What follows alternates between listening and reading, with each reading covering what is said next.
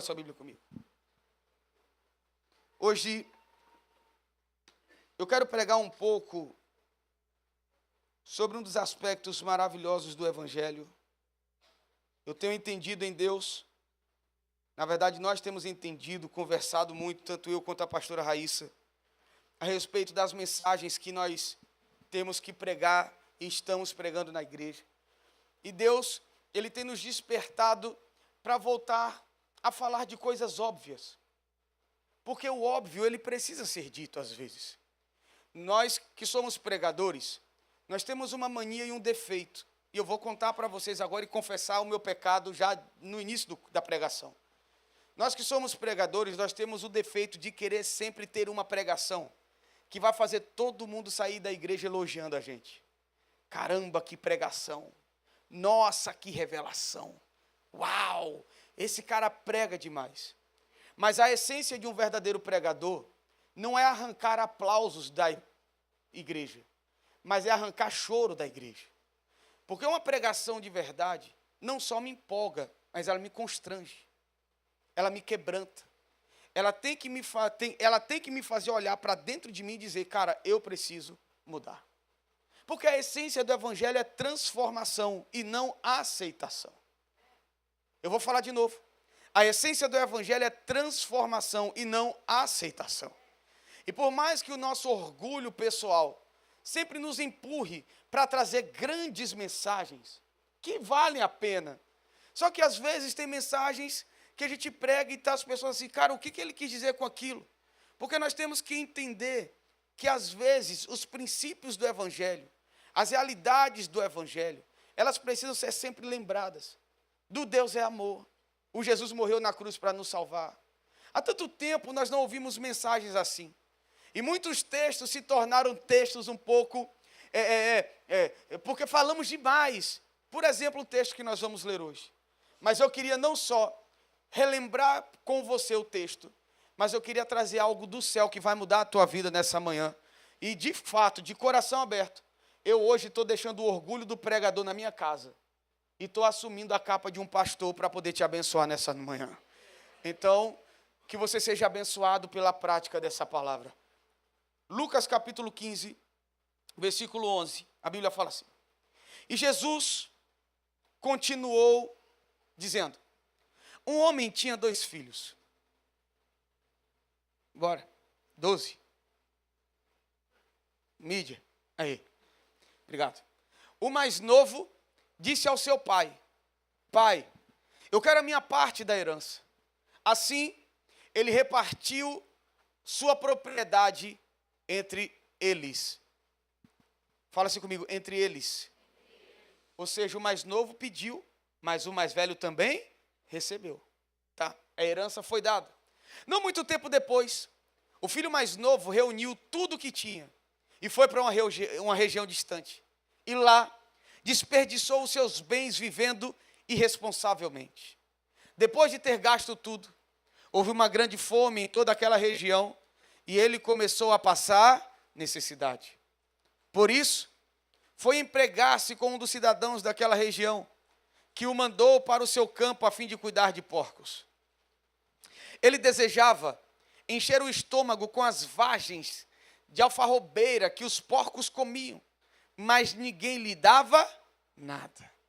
Caindo em si, repete comigo, caindo em si, ele disse, quantos empregados de meu pai têm comida de sobra, e eu aqui morrendo de fome?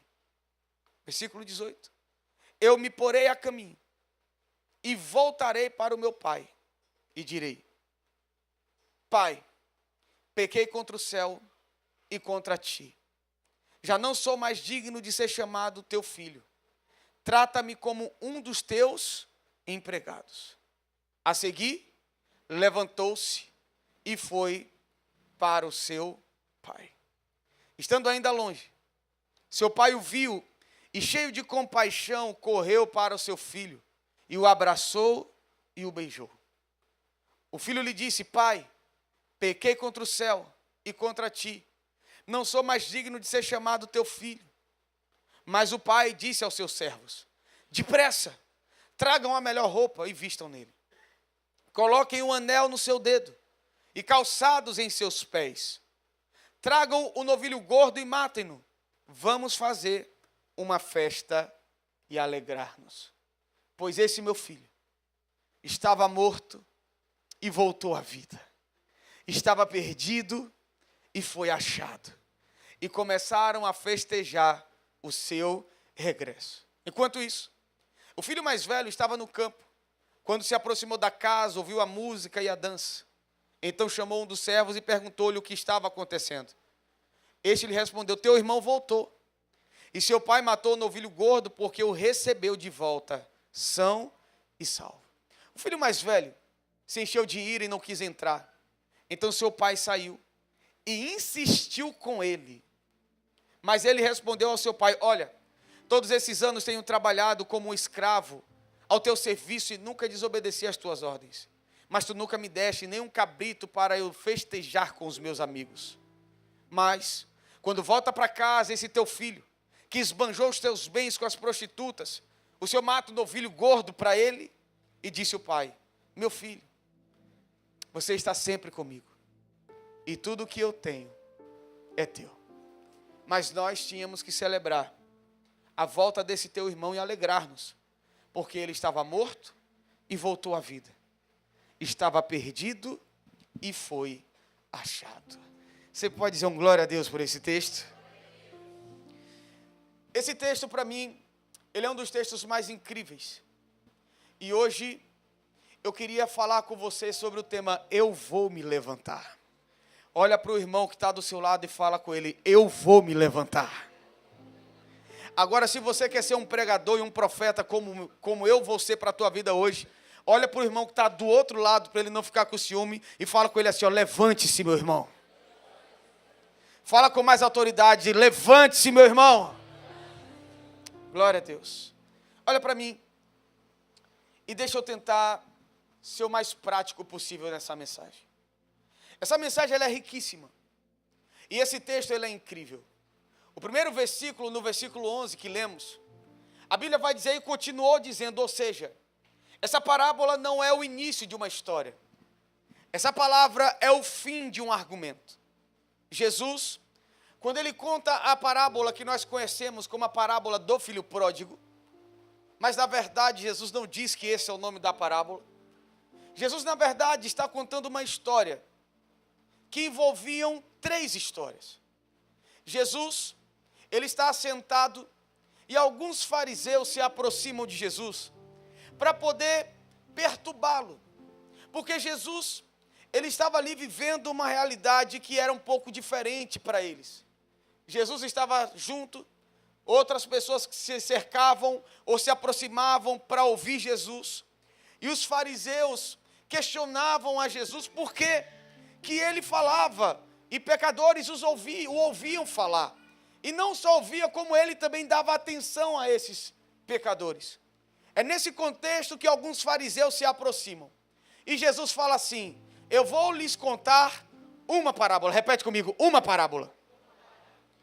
Só que nessa uma parábola que Jesus conta, ele conta 3 histórias. E são 3 histórias que todos nós aqui conhecemos. A primeira história é a história das 100 ovelhas. 99 que ficou, uma que se perdeu. Quem aqui já ouviu falar dessa história diz amém? Tem até a música, né? Eram 100 ovelhas juntas no aprisco.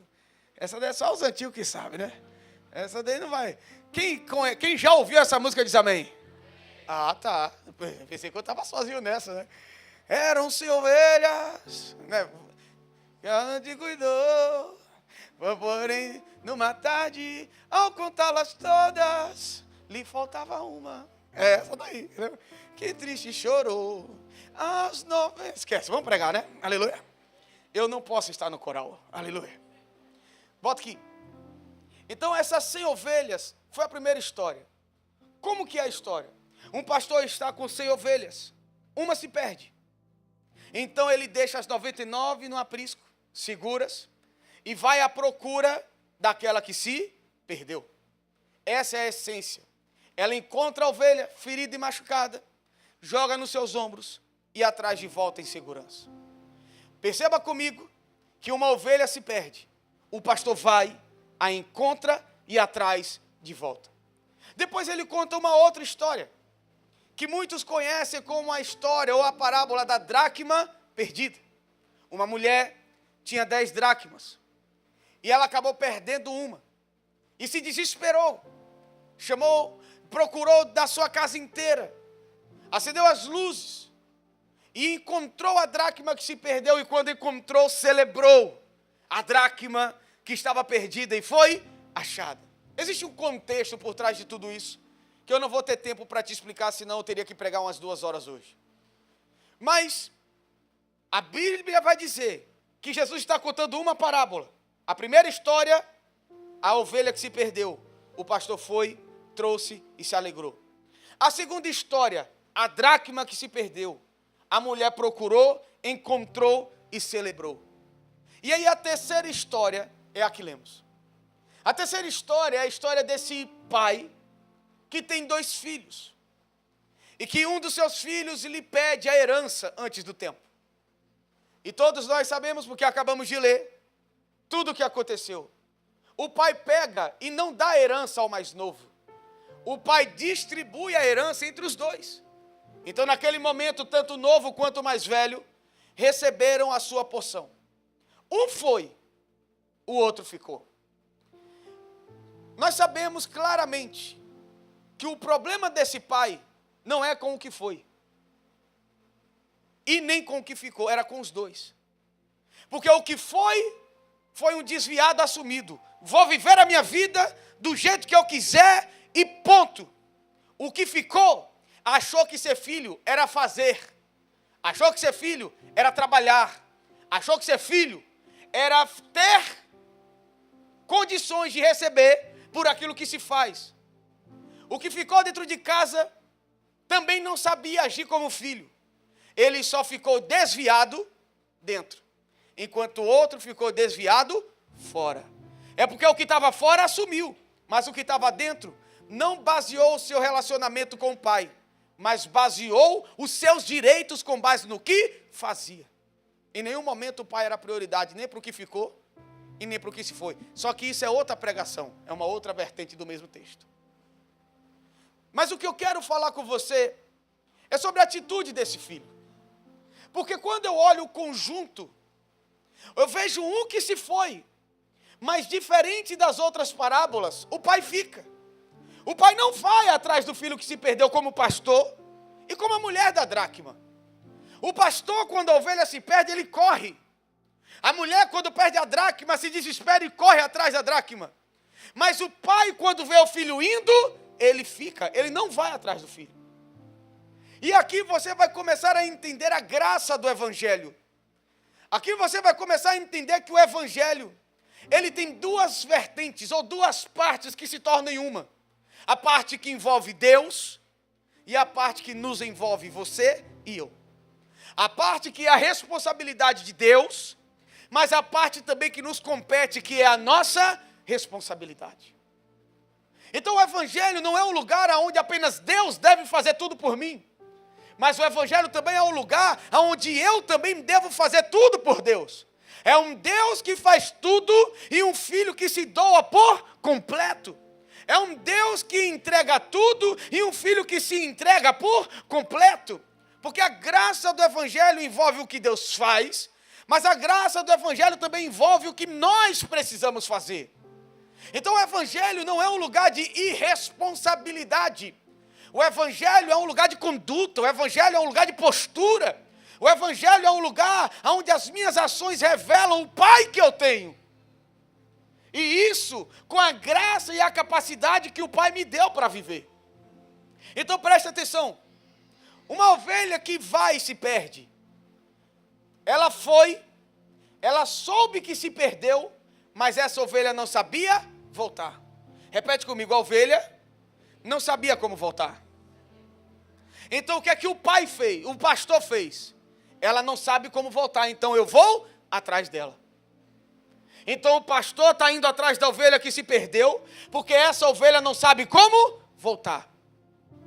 Evangelho. A dracma que se perdeu. Se você pegar a dracma não fala, a dracma não reage, A dracma é um ser que poderíamos dizer inanimado, não tem vida, é um objeto. Então, quando a dracma se perde, a dracma não sabe que está perdida. A dracma não sabe que se perdeu. Então, a dona, preocupada com a dracma, faz o seguinte: eu preciso encontrá-la. Porque eu não sei se você já teve a graça de conversar com alguém que está perdido e acha que é salvo. Eu não sei se você já conheceu alguém que você vai falar, cara, você precisa entregar sua vida para Jesus. Ele fala assim, eu estou bem, não faço nada de errado com ninguém, eu não maltrato ninguém, eu sou um cara bom, eu pago minhas dívidas em dia, eu pago os meus impostos, eu não bebo, eu não fumo, eu não traio minha mulher, eu estou bem. Porque existem pessoas que estão perdidas e não sabem que são perdidas. Existem pessoas que estão fora do ambiente da salvação e não sabem que estão, porque na cabeça delas, elas estão salvas. Quem aqui já conheceu alguém assim? Digam glória a Deus. Então essa pessoa representa a dracma. E quando nós encontramos alguém assim, nós precisamos correr atrás e tentar achá-la para trazê-lo para o lugar da comunhão. Porque se depender delas, elas nunca irão em uma igreja assistir o culto, porque para elas está tudo bem. Elas nunca sentarão para ouvir alguém falar de Jesus, porque para elas está tudo bem. Então, se não há necessidade de transformação, eu não me entregarei a esse ambiente. Mas o texto está dizendo, quando encontramos pessoas assim, nós temos que procurá-lo. Até achar e trazer. E quando entra, quando se converte, quando muda a sua vida, quando é transformado, então nós vamos celebrar a dracma que foi perdida, mas foi encontrada. Quem está aqui comigo diz amém? Agora o filho é diferente. Por que o pai não foi atrás do filho? Porque o filho foi porque quis, sabia onde estava, mas também sabia de onde veio. O filho não foi como a ovelha, que não sabia voltar. Ele foi porque quis, mas conhecia o caminho de volta. Ele foi para onde quis, mas sabia para onde voltar. Ele se perdeu porque quis, mas quando decidiu voltar, sabia o caminho de volta. Por que o pai não foi atrás do filho? Porque filhos sabem onde é a casa do pai. E como filhos, eles precisam entender que se foram filhos o suficiente para irem, eles também podem ser filhos o suficiente para voltar. Aleluia. Então tem muita gente que vai, mas não foi. Ou tem muita gente que vai e beira o precipício da apostasia de abandonar e rasgar tudo. Mas uma coisa é certa, quem é filho de verdade, reconhece o caminho de volta para a casa do Pai. Quem está aqui comigo, diga glória a Deus. Então perceba que Deus ele vai tratar com cada um de acordo com a essência que somos e temos. Esse menino que se foi, que é o do texto de hoje, ele é alguém que decidiu sair. Ele pede a herança do pai. Isso significa dizer, eu prefiro que o senhor morra, mas eu quero que o senhor tenha. Eu não estou nem aí com quem o senhor é, eu quero os benefícios de ser seu filho. E esse menino foi, esse menino se afastou. Ele viveu o que queria, só que ele recebeu a sua parte. E aqui está um problema. O pai não deu a parte para esse filho, porque o filho estava preparado. Na verdade, o filho se antecipou e decidiu ter do pai aquilo que era seu direito. Mas não é porque era o direito que ele estava pronto para receber. Quando o filho olha para o pai e diz, me dá o que me pertence, e o pai entrega, o que esse filho está fazendo é, eu quero a todo custo o que o Senhor me prometeu, o que é meu direito, e eu não me importo se eu estou pronto ou não, eu só quero o que é meu. Só que com Deus não funciona assim. Deus sabe o momento certo de nos abençoar. Deus sabe o momento certo de nos entregar. Deus sabe o momento certo de cumprir cada promessa nas nossas vidas. E nós precisamos entender que com Deus, se eu me precipito, eu aborto algo que Deus está fazendo na minha vida. Porque precipitação pode se transformar numa grande decepção na sua vida. Precipitação pode se transformar num ambiente de destruição, porque uma bênção fora do tempo pode deixar de ser uma bênção para você. Você pode dizer um amém? Ninguém disse glória a Deus, você pode dizer glória a Deus? Porque nós precisamos entender isso. Nós precisamos esperar o momento certo, porque é no momento certo que Deus nos entrega. Não é que Deus está demorando, é que Deus ainda está trabalhando em nós para recebermos o que Ele disse que era nosso. O problema é que nós queremos tomar posse o tempo todo do que Deus disse que vai ser nosso, e acabamos antecipando coisas e tempos que Deus ainda não estabeleceu. Imagina se Davi decidisse ser rei no dia que ele foi ungido. Sabe quantos anos Davi esperou para assumir o trono do reino do norte de Israel? Davi esperou 18 anos depois da unção. Davi recebeu a unção, Deus dizendo: você será um rei sobre Israel. E quando ele recebe a unção, Saul ainda é rei. Saul é rejeitado, mas ainda é rei. E agora um cara que tem um chamado, que tem um óleo, que tem a unção, ele tem que esperar 18 anos até se cumprir o que Deus havia prometido para ele. Davi poderia matar Saul porque teve oportunidade. Davi poderia criar um caminho mais rápido para chegar até o trono. Mas não é porque Deus te prometeu hoje que vai acontecer amanhã. Existe um tempo de preparo, não da promessa, mas preparo pessoal, porque Deus não está preparando algo lindo para você. Deus está preparando você, meu lindo, para algo grande que Ele já tem preparado. Então Deus está preparando você, Deus está me preparando. Pastor, e se não estiver acontecendo ainda? Por quê? Não estamos prontos. Quem está aqui comigo, diga glória a Deus. Porque Deus sabe a hora certa de liberar a bênção. Porque toda precipitação pode te arrancar da posição que Deus te colocou. Toda precipitação pode te arrancar do lugar que Deus te colocou. É por isso que nós precisamos tomar muito cuidado com os excessos. Porque o excesso de confiança da palavra que nós temos, muitas vezes nos faz fazer coisas que não faríamos se não tivéssemos a palavra. Agora eu tenho uma palavra, uma autoconfiança vem na minha mente, no meu coração. Eu me sinto agora alguém cheio de autoridade porque tenho uma palavra. E então eu vou com o meu excesso de confiança, fazendo coisas que se eu não tivesse confiante, eu não faria.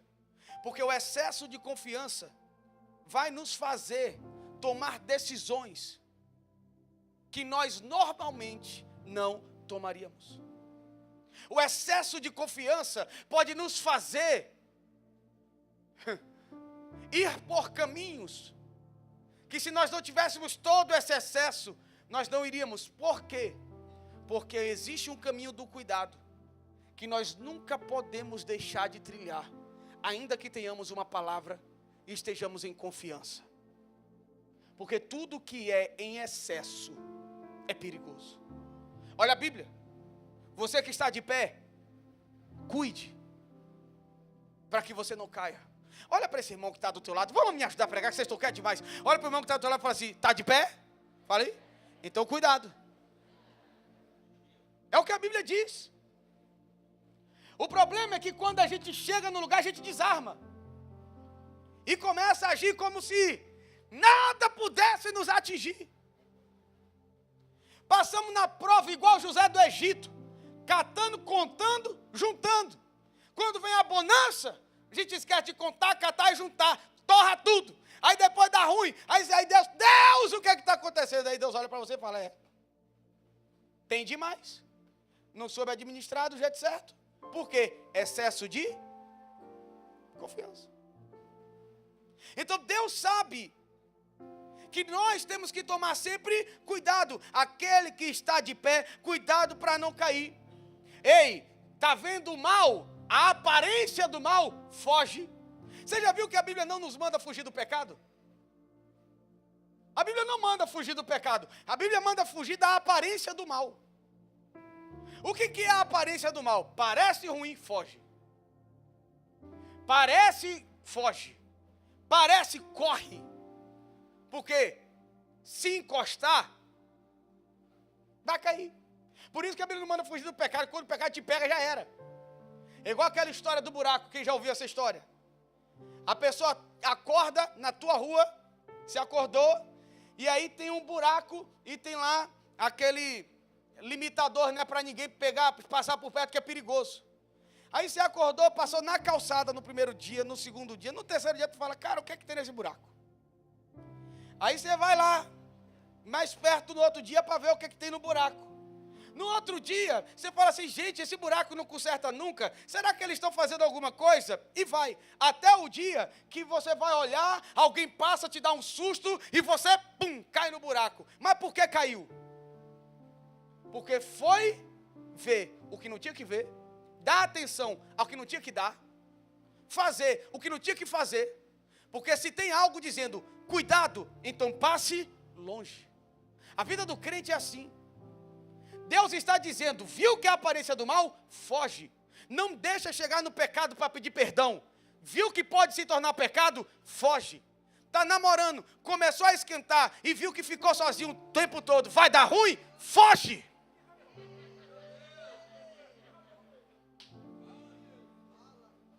Não, pastor, é fogo do Espírito. A gente ora em línguas estranhas em posição de mãos. Aleluia!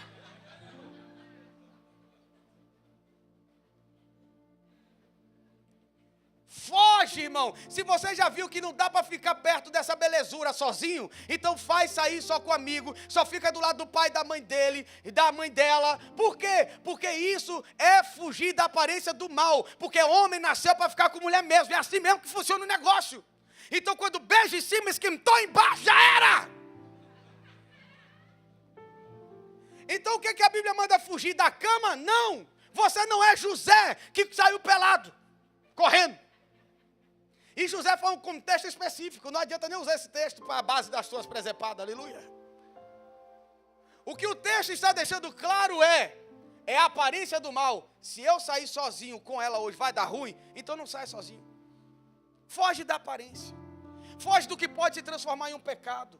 Foge do que pode se transformar numa destruição para a tua vida. Porque nós precisamos estar atentos e focados o tempo todo. Eu queria ouvir um crente só para dizer um amém aqui comigo agora. Então isso é tudo. Viu a rodinha da fofoca? Crente gosta, a gente sabe. A gente não bebe, a gente não mais gosta de uma fofocaiada que só Jesus. Mas viu armando no circo? Mete o pé, irmão. Vai ficar lá pra quê? Peca com tua mulher em casa, aleluia. Fofoca com ela. Tu viu? Peca com ela. Que lá o pecado fica entre vocês dois, pede perdão ali mesmo, está tudo certo. Precisamos tomar cuidado. Quem está aqui comigo, diga glória a Deus. É por isso que todo excesso revela uma falta. É por isso que todo excesso vai mostrar que tem alguma coisa desorganizado. E é aqui que geralmente falhamos. É aqui que nós geralmente cometemos equívocos e erros. Não, eu já estou pronto, eu já acho que sou bom. Às vezes nós queremos até entrar no lugar de Deus. E o horário, meu Deus do céu. Porque Deus, Ele é um Deus prático. Mas Deus, Ele não é precipitado. Deus, Ele é prático. Você já viu como Deus fala com a gente? Deus fala de um jeito com a gente que você fala assim, meu Deus. Mas Ele não é precipitado. Quer ver? Eu vou fazer uma pergunta. Quem aqui tem uma palavra que está esperando há mais de 5 anos para acontecer? Diz amém. Aí você fala, por que Deus não fez isso antes? Porque Deus não é precipitado. Por que Deus não faz agora? Deus não é precipitado. No relógio de Deus já tem data e hora para acontecer. Já tem dia, já tem momento, circunstâncias, tudo certo. Mas Deus não vai se precipitar. Porque Deus não é precipitado. Quem está aqui comigo diz amém. Então, o fato desse jovem que nós estamos lendo não estar preparado para ter o que recebeu, fez com que ele perdesse tudo. Fez com que ele perdesse tudo. A precipitação desse jovem fez ele perder tudo. E é agora que a coisa começa a ficar feia. Porque nesse momento, quando geralmente perdemos algo, é nesse momento, quando perdemos tudo, que começamos a ver valor nas coisas que nós desprezávamos. É no momento em que perdemos a família que paramos para pensar como valia a minha família. É no momento que nós perdemos o emprego que a gente vai lembrar de quão importante era ter aquele salário. É no momento em que nós perdemos as amizades que nós paramos para dizer assim, cara, não é que ele de fato era leal e fiel.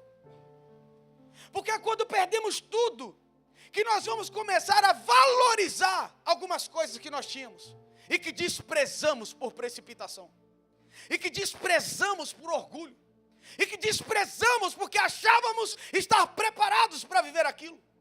E o que Deus está nos mostrando hoje é, cuidado com essas precipitações. Mas sempre haverá uma chance, ainda que você tenha perdido tudo. Pastor, eu perdi a minha família, eu perdi a minha esposa, eu perdi os meus filhos. Pastor, eu perdi o meu emprego, a minha empresa. Pastor, eu não estou bem. Pastor, eu estou afundado em depressão, eu estou no fim do poço. E eu vou falar o que eu ouvi uma vez de um amigo. O fim do poço é o melhor lugar para se estar, porque não existe mais lugar nenhum para descer. É dali para cima. Chegou no fim da esperança, então você está no melhor lugar para se estar. Porque dali não fica pior, dali agora só tem espaço para se levantar, para subir, se reerguer e reconstruir e ver Deus recomeçar na sua vida. Quem está aqui comigo, diga glória a Deus. Porque quando perdemos tudo, irmão, nós vamos valorizar algumas coisas e nós vamos ver também que muitas pessoas só estão próximas porque você tem, porque eu tenho. Algumas pessoas não se aproximam porque te amam. Elas fingem que te amam, elas fingem que são leais, elas fingem que te adoram, elas fingem que vão dar vida por você. Mas na hora que você deixar de ter o que era benefício para elas, elas vão se esquecer de você, abandonar você e te jogar para fora. Porque enquanto você tem, é de todo mundo, mas quando você não tem, acabou para todo mundo também. A gente vive isso em vários lugares, vários ambientes. No seminário que eu estudei, quantas histórias assim, de pessoas que moravam em república. Estou falando de homens que foram preparados para se tornarem pastores. A gente morava na república, a minha compra chegava, eu pegava lá meus amigos, um monte de gente, era para todo mundo. O que era para durar 30, durava às vezes 15 dias. E teve dia que o meu acabou e eu queria uma carne de hambúrguer e o dos colegas estava trancado no cadeado. É porque o teu é de todos, mas o meu é meu. Isso está na essência do ser humano. O ser humano caído tem essa mania infernal de querer usar pessoas e amar coisas. Quando Deus nos chamou para amar pessoas e usar as coisas. Quem está aqui comigo para dizer um amém? Então nós precisamos lembrar disso. É quando acaba que tudo começa a fazer sentido. Os que fingiam ser amigos foram embora. Mas só que deixa eu contar um negócio também, parênteses, presta atenção. Nem todo mundo que foi embora não prestava. Porque tem pessoas que vão embora porque a estação delas perto de você também acabou. Porque tinha muita gente que era muleta para você. Porque a gente está falando do menino que foi, aí você está assim, não, ó, eu sou esse menino aí. Mas quem sabe você não era o amigo do que se foi. Que usou tudo da pessoa. Desfrutou tudo do que a pessoa tem. E na hora que a pessoa chegou na lona, tu foi o primeiro a correr. porque só queria o que a pessoa tinha para te oferecer. Vem para a igreja, vai ouvir. Quem está aqui comigo diz amém. Porque nós pregamos o evangelho, todo mundo é a vítima. Todo mundo é o que vai, o que perde tudo, o que é abusado, mas ninguém é o que usa. Ninguém é o que se aproveita, ninguém aqui pega essa parte do texto, mas fica tranquilo que tem pastor na casa. Para te lembrar que pode ser que você seja o menino que foi, mas tu pode ser um amigo que usou tudo que ele tinha, e quando ele viu lá no meio dos porcos, não fez nada por ele.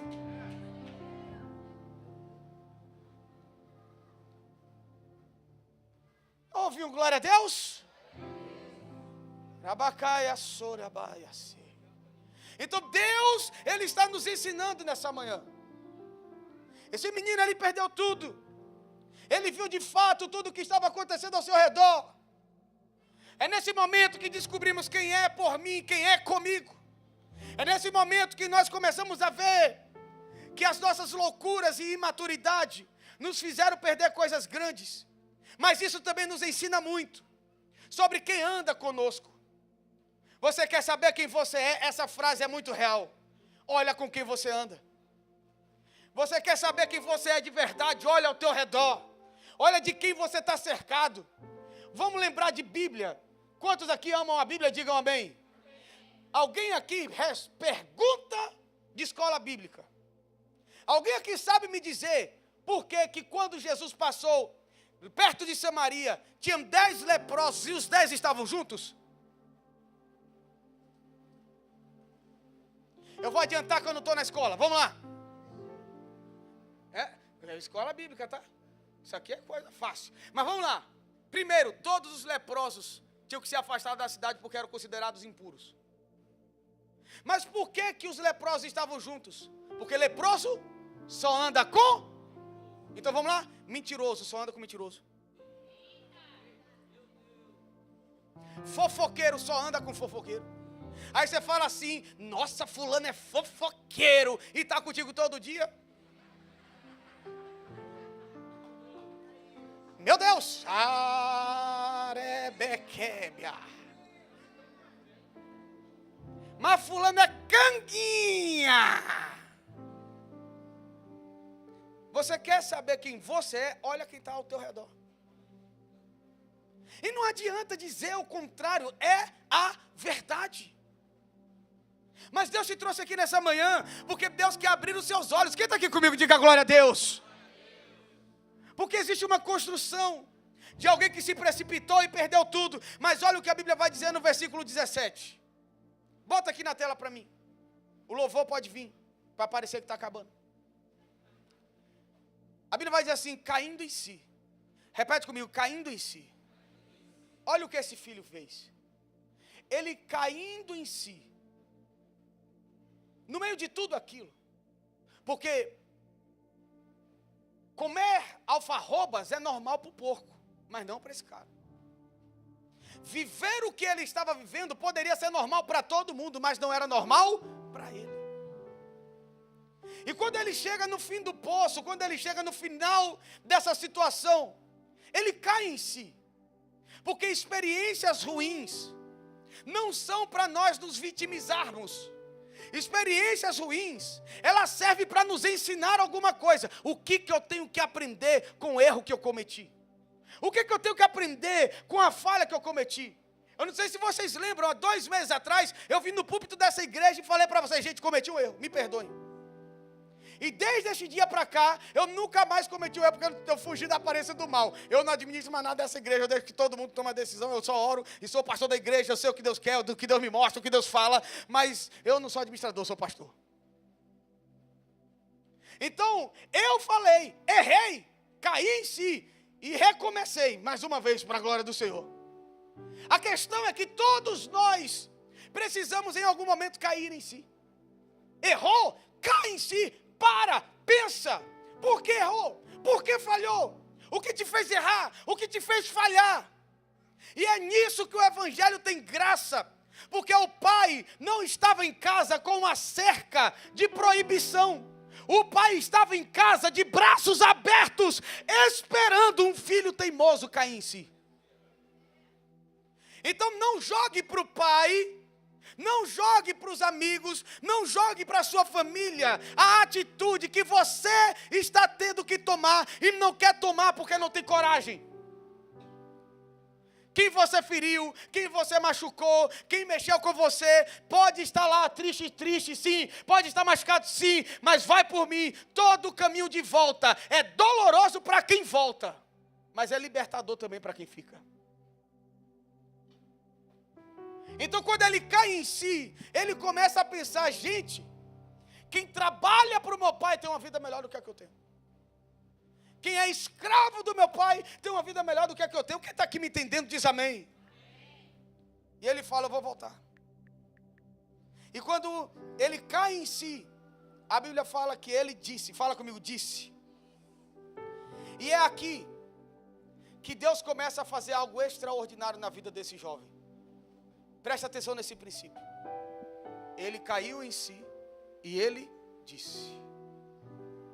A Bíblia fala que o espírito da fé é eu criar, por isso que eu falei. Falar é botar para fora o que você crê. Aquele jovem, quando caiu em si, ele disse. Ele começou a transformar o ambiente de dor dele em um ambiente de fé. Ele começou a transformar o ambiente que ele estava, a partir daquilo que ele começou a falar. A Bíblia vai falar sempre isso. A Bíblia vai dizer que a nossa língua, ela é como um leme. A nossa língua, ela pode trazer vida, mas ela também pode trazer morte. Geralmente focamos na parte da morte, mas a nossa língua pode trazer vida. Aquilo que sai da nossa boca pode mudar ambientes. Aquilo que sai da nossa boca pode transformar pessoas. Aquilo que sai da nossa boca pode mudar realidades. Porque quando nós falamos daquilo que cremos, daquilo que sabemos, daquilo que é verdade, então as coisas ao nosso redor começam a ser transformadas à luz da palavra que está saindo da nossa boca. Então aquele menino, ele não só caiu em si, mas ele também disse, levantar-me-ei e irei, e falarei com meu pai. Pai, eu não sou digno de ser chamado teu filho, porque pequei contra o Senhor, pequei contra os céus, mas me recebe como funcionário teu. Me recebe pelo menos como um escravo teu. Eu entendo que eu perdi o meu direito quando eu pedi a minha herança. Esse menino, ele cai em si, mas ele não só diz, eu vou me levantar. Ele não só vai dizer, eu vou me levantar. Ele se levanta. E quando ele se levanta, ele tem uma atitude compatível com o que ele fala. Ele tem uma atitude compatível à sua fala. Ele diz, eu vou, e ele se levanta para ir. Ele diz, eu vou, mas ele sai daquele ambiente podre e vai na direção do que Deus tinha para a vida dele. Porque uma coisa é certa, não adianta falar e continuar no mesmo lugar de vítima, continuar no mesmo lugar da dor, continuar no mesmo lugar onde tudo se perdeu. Deus te trouxe aqui nessa manhã para te dizer, se você vai se levantar, então se levante de verdade e vai na direção do lugar que Deus já disse que é seu. Eu irei. A mulher do fluxo de sangue disse, se eu tão somente tocar a orla do seu manto, eu serei curada. Mas ela saiu daquele arraial, ela foi atrás de Jesus, tocou na sua orla e foi curada. Davi chegou em Ziclag. Tudo foi roubado, tudo foi destruído. Os homens queriam matar Davi. Davi chorou até perder as suas forças, mas ele se reanimou no Senhor. E disse, nós iremos e retornaremos e pegaremos tudo que é nosso de volta. E Davi foi e conquistou. O que Deus está falando com você é, nenhuma fraqueza, nenhum inimigo, nenhum pecado, nenhuma culpa, nada tem o poder de te parar.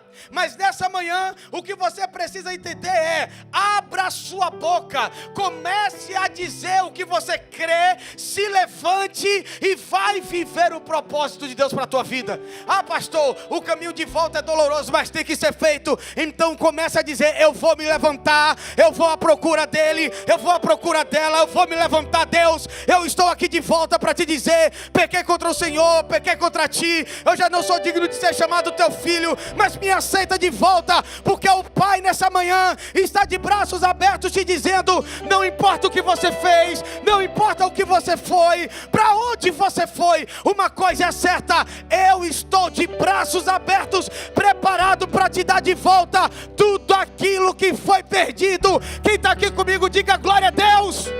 Então diga comigo: eu vou me levantar. Olha para o irmão que está do seu lado e fala com ele: eu vou me levantar. Então fica tranquilo, a sua parte é se levantar, a parte de Deus é cumprir a palavra dele. Saia do chão, saia desse lugar de dor, sai desse lugar de culpa, sai desse lugar de tristeza. Se levante, se coloque de pé, para que Deus faça na sua vida. Pegue o caminho de volta, olhe para Deus, Ele é a fonte de tudo. E quando você se levantar, você vai ver Deus fazer coisas extraordinárias. Você vai se levantar e vai ver a sua família ser restaurada. Você vai se levantar e você vai ter uma nova vida. Você vai se levantar e então você vai ser curado. Você vai se levantar e então você vai ser restaurado. Você vai se levantar e você vai receber vitória, promessa, cumprimento de palavras. Quem está aqui comigo, diga glória a Deus. Você vai se levantar e você vai ter a restituição de tudo aquilo que o diabo te roubou, a tua alegria que ele roubou, a tua prosperidade que ele roubou, a tua família que ele roubou. Ele vai ter que devolver tudo, porque hoje o homem e uma mulher vai se levantar aqui nessa manhã. Quem está aqui comigo, diga glória a Deus. Então creia nisso e se levante. Se levante para viver o propósito de Deus. Onde você está não importa. O que eu posso te dizer é: esse lugar não pertence a você. Não adianta fugir, não adianta estar longe, não adianta, não. Esse lugar não te cabe, não te pertence. Se levanta e volta para a casa do Pai. Se levanta e volta para o lugar de onde você não deveria ter saído. Se levante e volte para ver Deus restaurar a tua família. Faça o caminho de volta. Faça o caminho de volta. Não foi homem para agir, seja homem para retornar. Seus filhos precisam de você, a sua casa precisa de você. Você que talvez foi para longe, há quanto tempo você não vive esse ambiente aqui de igreja? Há quanto tempo você não sente isso que você está sentindo? Mas você não é uma ovelha que se perdeu, nem uma dracma que acha que não precisa. Você é filho. É por isso que você está aqui, porque um bom filho conhece o caminho da casa do Pai. Quem está aqui comigo, diga glória a Deus. E a única coisa que Deus manda te dizer é: se levante, faz a tua parte e volta, e deixa que Deus vai fazer tudo. Porque quando você voltar, você vai ser surpreendido. Por que você vai ser surpreendido? Olha aqui para mim. Aquele menino ensaiou o discurso: eu voltarei, eu falarei com meu pai, e que vou pedir para viver como um escravo. O menino se levanta, ele se levanta, ele vai na direção do pai. Quando ele vê, o pai já está na porta, de braços abertos. Ninguém anunciou para o pai que o filho estava vindo, mas o pai sempre esteve à porta, à espera da volta do filho, porque ele sabia que esse filho voltaria em algum momento. Então quando o pai vê o filho, é aí que o filho corre para os braços do pai, o pai corre para os braços do filho. E quando o pai se encontra com o filho, então o filho fala: pai, pequei contra ti, pequei contra o céu, já não sou digno de ser chamado seu filho. Mas aí o pai interrompe a fala dele, porque ainda tinha outra parte. Eu quero ser como escravo, eu quero trabalhar, eu sei que não posso ser mais filho. O pai interrompe, o pai não deixa o menino completar a frase. O pai ignora o que o menino estava falando, porque para o pai a intenção de voltar valia mais do que qualquer discurso. Para o pai, a intenção de estar de volta na casa valia mais do que um discurso bonito. É aí que Deus entra na história.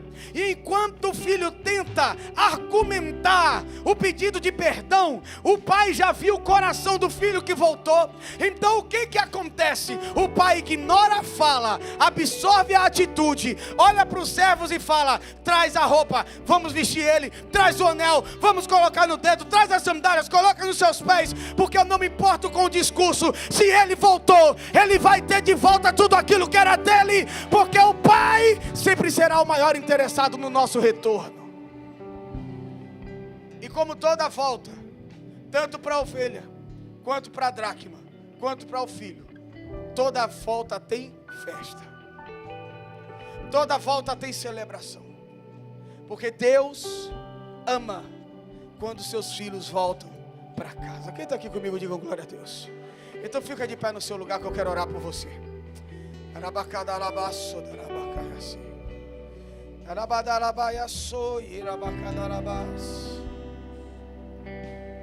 Quantos aqui são filhos, digam glória a Deus.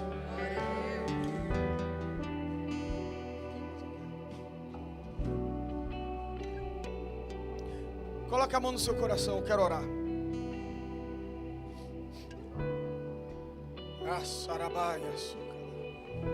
Pai, no nome de Jesus, nós somos teus filhos, Pai. Nós sabemos como é difícil às vezes. Nos precipitamos em todo o tempo.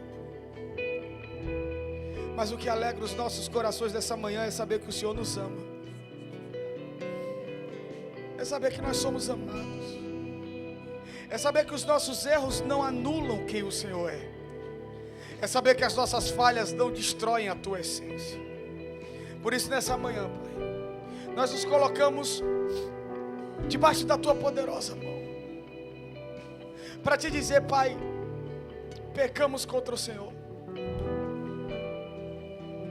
pecamos contra ti.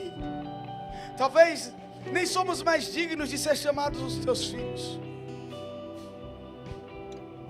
mas nós estamos de volta aqui, Pai, porque sabemos que só o Senhor pode nos mudar, porque sabemos que só o Senhor pode nos amar ao ponto de perdoar as nossas falhas, anular os nossos erros.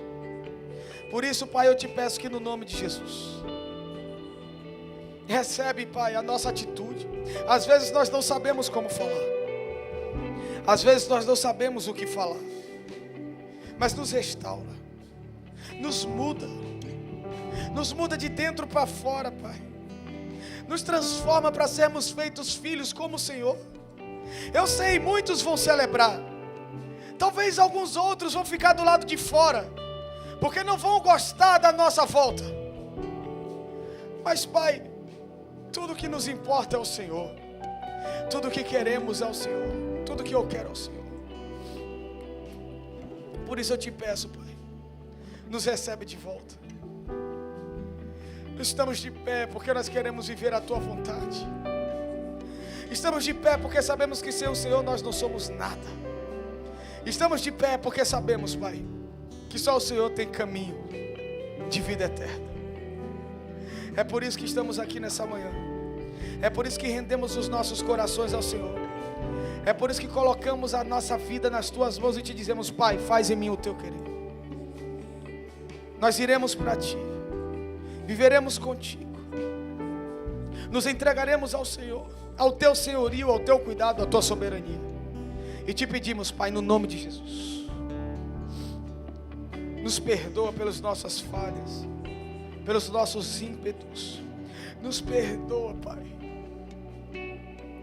por todas as vezes que nós vivemos os excessos, que nos precipitamos.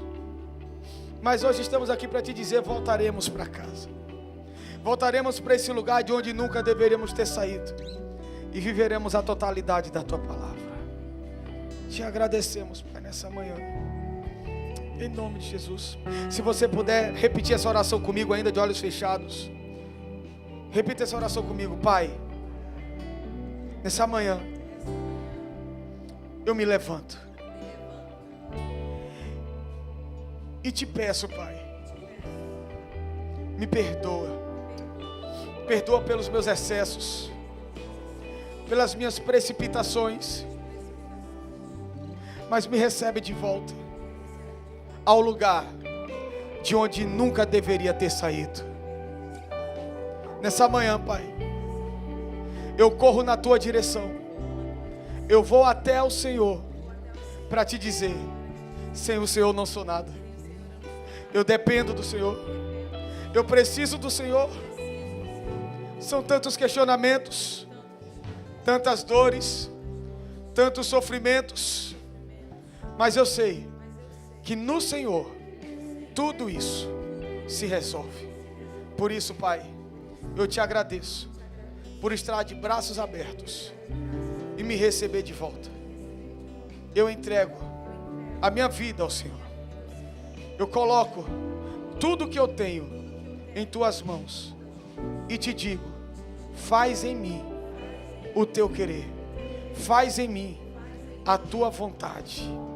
Eu entrego tudo que eu sou e te digo, Pai, eis-me aqui, porque o seu filho está de volta a casa, em nome de Jesus, amém. Você pode aplaudir o nome do Senhor aí? Glória a Deus, oh, aleluia.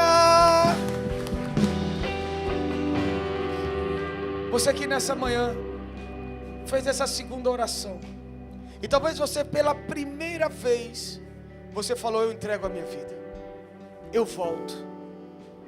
Eu queria orar por você. Você que nessa manhã está pegando a rota do caminho de volta. Você que nessa manhã vai voltar para a comunhão. Você que nessa manhã, como esse menino, vai colocar toda a precipitação aos pés do Senhor e vai dizer: Pai, eu estou aqui, eu quero viver uma nova história. Eu quero recomeçar. Eu quero viver algo novo. Se você está aqui nessa manhã, fez essa oração pela primeira vez e gostaria de recomeçar, eu vou contar até 3, vou te pedir para levantar a mão e eu vou orar por você.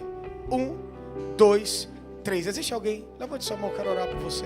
Uma pessoa ali, glória a Deus, glória a Deus. Você pode aplaudir mais forte, igreja? Mais alguém? Para ti eu vou, cante! E para ti eu vou. Traz ele aqui para mim. Se existe mais alguém, corre para cá. Nós queremos orar por você. Se existe mais alguém que quer voltar hoje, voltar para se relacionar, voltar para a intimidade, voltar para o lugar de ser filho.